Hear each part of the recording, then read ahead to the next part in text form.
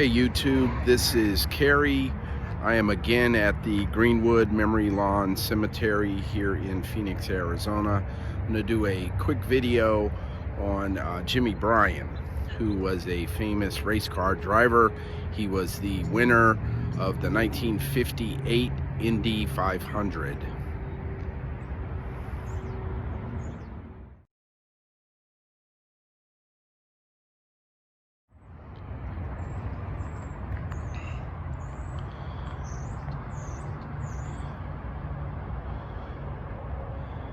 Just panning around here at Greenwood in this honestly kind of a lonely section of the cemetery now. Many of the graves in this section are from like the late 50s, early 60s, and not too many folks are here visiting the graves or leaving flowers. Oh, there goes some right there. There's some poinsettias over there. So I guess it's not as bad as it could be, you know, where, let me pan around over here. I don't know if you guys can see off into the distance, but that's kind of where the upright gravestones and markers are, and those are, you know, really, really old. But in any event, we're here visiting Jimmy Bryan, and I think it's kind of apropos that Jimmy, being the race car driver that he was, is right here by the entrance to the freeway that used to be open but is no longer. And here is Jimmy's marker. Again, he was born and raised here in Phoenix. He went to Phoenix Union High School, where I just read something the other day that I think prior to 1939, everybody in Phoenix went to Phoenix Union High School. That is until and unless you happen to be black, and then you had to go to Carver, which you know, I might do a video on Carver. Just kind of as a personal note, my dad's cousin was a teacher there at Carver High School, and he also had some cousins that actually went there, and it had pretty funny stories. But in any event, Jimmy Bryan again was the 1958 Indianapolis 500 winner. He raced in it several times, finally won in 1958, and he was a demon on the dirt track. He, you know, back then, I don't know if you guys can see, some fan left a photo of Jimmy and says 1958 Indy 500 winner in the car that he was in. And that engine more than likely was an Offenhauser or an Offie, and it was kind of it was in a straight line configuration. Toward the end of it, it was a very successful engine, and I mean, it dominated for decades.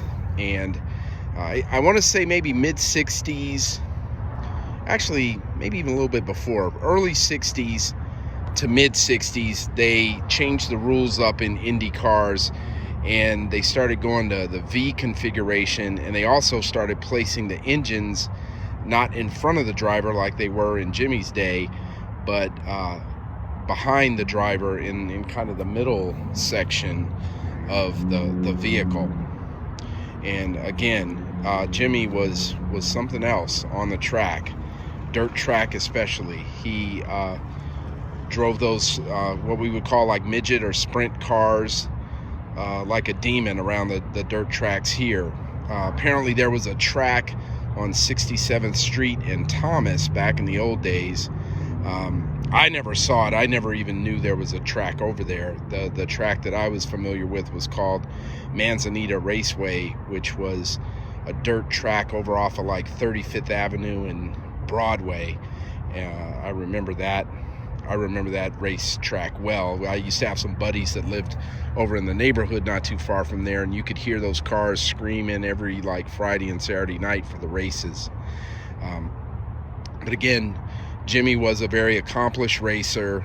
Had, I wouldn't say a premonition, but after he'd won the Indy 500, I want to say he was in his 30s, early 30s, and mentioned kind of taking it easy. And he mentioned that some of the previous Indy 500 winners had actually died in mishaps afterwards, and lo and behold, that's what happened to Jimmy.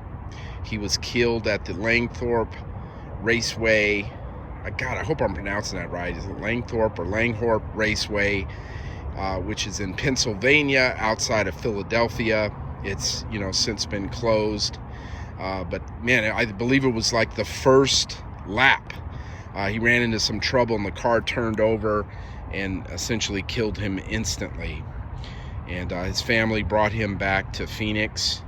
And this guy was super popular. I read an article where they said that his popularity at the time of his death was, equaled maybe only by Barry Goldwater, who was a senator from Arizona and was, very famous in his own right. And his funeral was attended by many, and some say one of the largest funerals in Phoenix at that time. So he passed away again on June 19th, 1960. Just kind of panning over. His parents are buried here. His dad, R.L. Pete Bryan, passed away in 2001. And Jimmy's mother, Pauline, passed away in 1975. So his dad, Pete, unfortunately buried his wife and his son.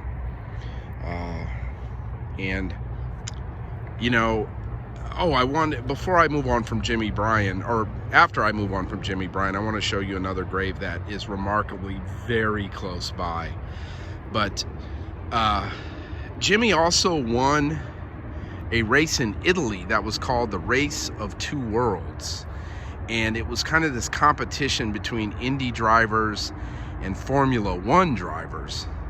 And it only ran for 2 years because they had a problem with sponsorship, but Jimmy won the inaugural race in 1950, I want to say 1956, and I think they ran it in 1957, and he won the inaugural race. Whenever that was, I might be off by a year.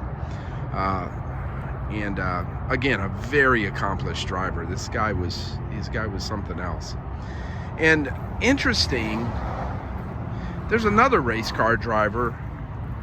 Literally, there's Jimmy's stone and grave, and here's the grave of Robert Ball, who was also a race car driver from Phoenix, and he died about 6 years before Jimmy did.